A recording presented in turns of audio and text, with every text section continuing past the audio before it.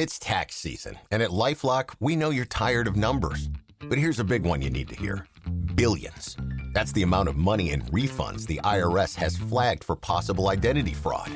Now here's another big number. 100 million.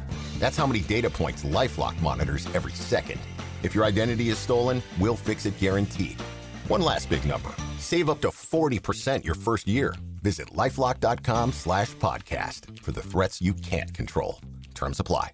The Rita Cosby Show on the Red Apple Podcast Network. And I want to go now actually to Tucson. She has been our great eyes and ears on the ground about this case. Of course, the case of Nancy Guthrie. I can't believe it is now day 12. I mean, that is stunning. Who would have ever thought that day 12 we would be in this position? But hopefully maybe they're closer and closer. Who better to give us the very latest than the spokesperson with the National Police Association, also retired Chicago area police officer. She was also a hostage negotiator, and she's from Tucson, Sergeant Betsy Bratner Smith. Betsy, it's so great to talk to you. There's a lot of stuff that came out just in the last hour or so, the description and a whole bunch of stuff. Can you bring us up to speed? Yeah, we really have so much going on. So, where do I start? I just want to start by saying that the Pima County Sheriff's Department troops on the ground are a bunch of really good cops. Unfortunately, our sheriff, Rita, not so much. So right now what's happening here is the friction between the Sheriff's Department and the FBI are literally impeding this investigation. You know, we've got now supposedly DNA material, including a glove inside the house. There was this other glove found out under a bush.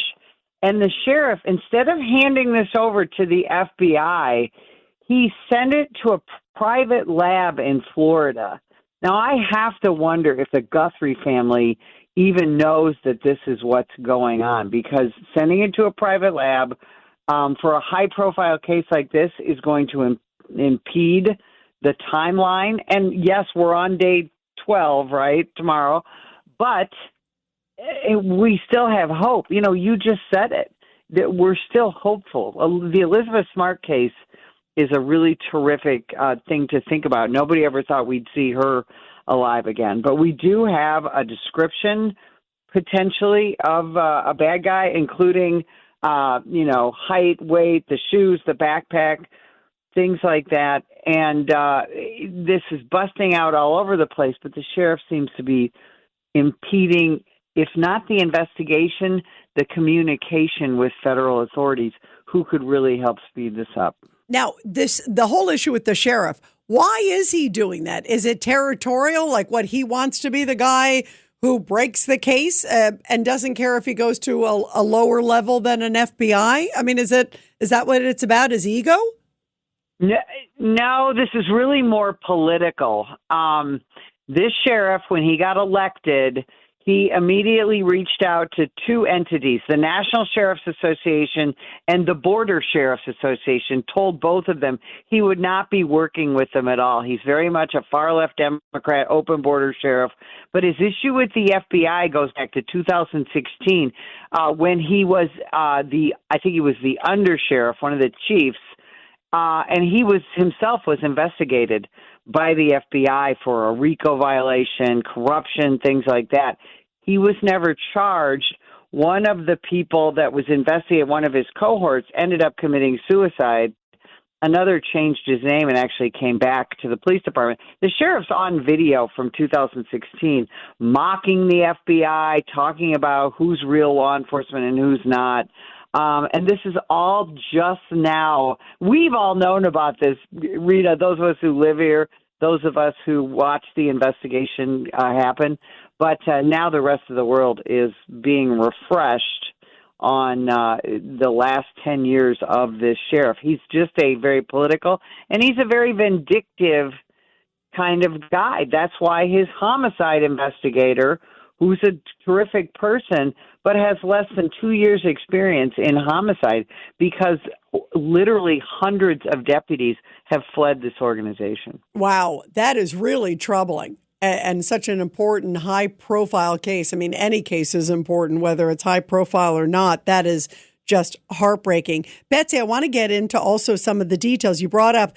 They found a glove in the house.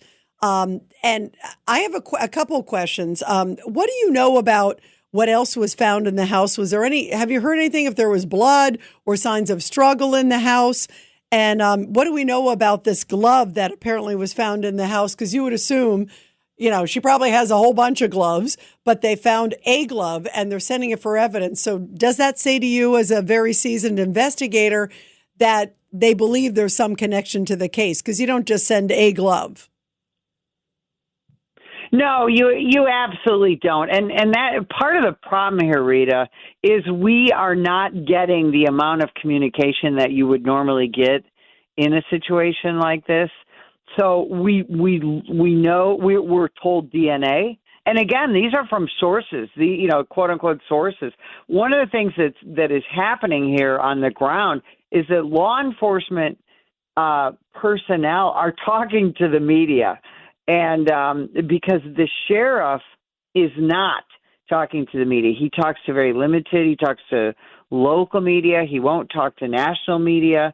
And so all of this is coming out basically from law enforcement sources who are unable to reveal themselves. But the law enforcement officers here involved, both from the FBI and the Pima County Sheriff's Department, are really, really open with the media as long as they are promised anonymity.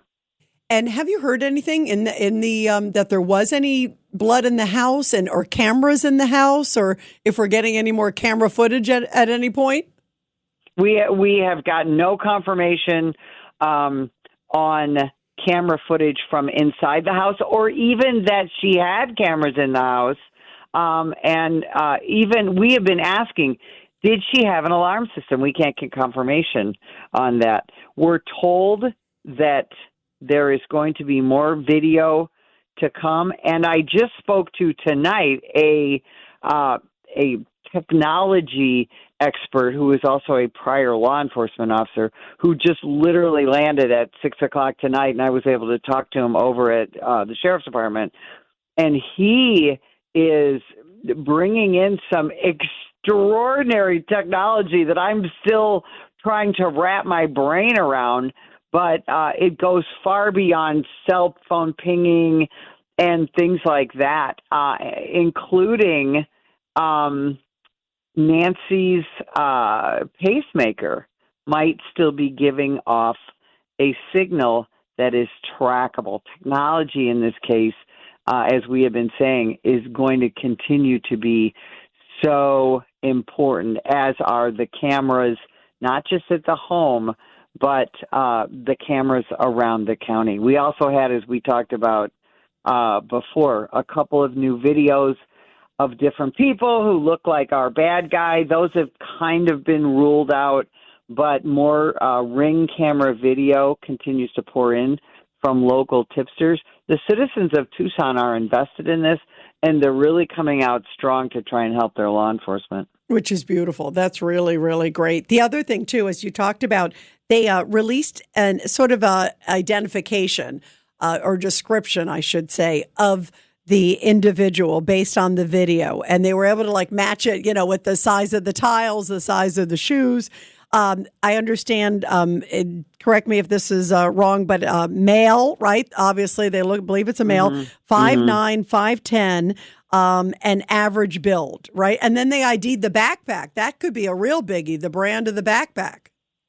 Right. Ozark Trail, it comes from Walmart. So one of the things that is happening is they are going to basically start at her home address, and they're going to work their way out to all the Walmarts in the Tucson area, and then they'll keep working their way out. Because think about this, when you go to Walmart and you purchase something, there's cameras everywhere, and a camera records every single purchase you make at Walmart. So, this is going to be some tedious stuff, but this is what cops do, is they're going to have to comb through footage from every single Walmart and see if they see somebody of the description you just gave purchasing that exact backpack. And when you think about it, I go camping a lot, so I actually shop in that part of Walmart. Each Walmart has 4 or 5 of these backpacks. Not like there's hundreds of them out. So I think that as we utilize, and they'll utilize AI to go through that, that may be another break too. The shoes may be another break too, as they identify what those shoes are. This is why, for everybody who saw earlier today, we had that white tent that was around the front of the house, the front entrance of Nancy Guthrie's house. That's where they were doing these measurements, and they literally use lasers and things. They measure the bricks and all of that, and that's how you get this fairly accurate description of this guy's height and weight. Yeah, it's amazing, the technology. And boy, if they can even track, like you just said, the pacemaker also, that would be, boy, would that be a home run. Well, let's pray there's going to be some information soon. Betsy Bratner Smith, you've been doing such a great job out there. And thank you for the updates, Betsy, especially with your great, great investigative background. And let's pray that there is good news soon. Keep us posted. I absolutely will. I can't wait to talk to you soon. Thank you, Betsy. We love you. Thank you very, very much. The great Betsy Bratner Smith,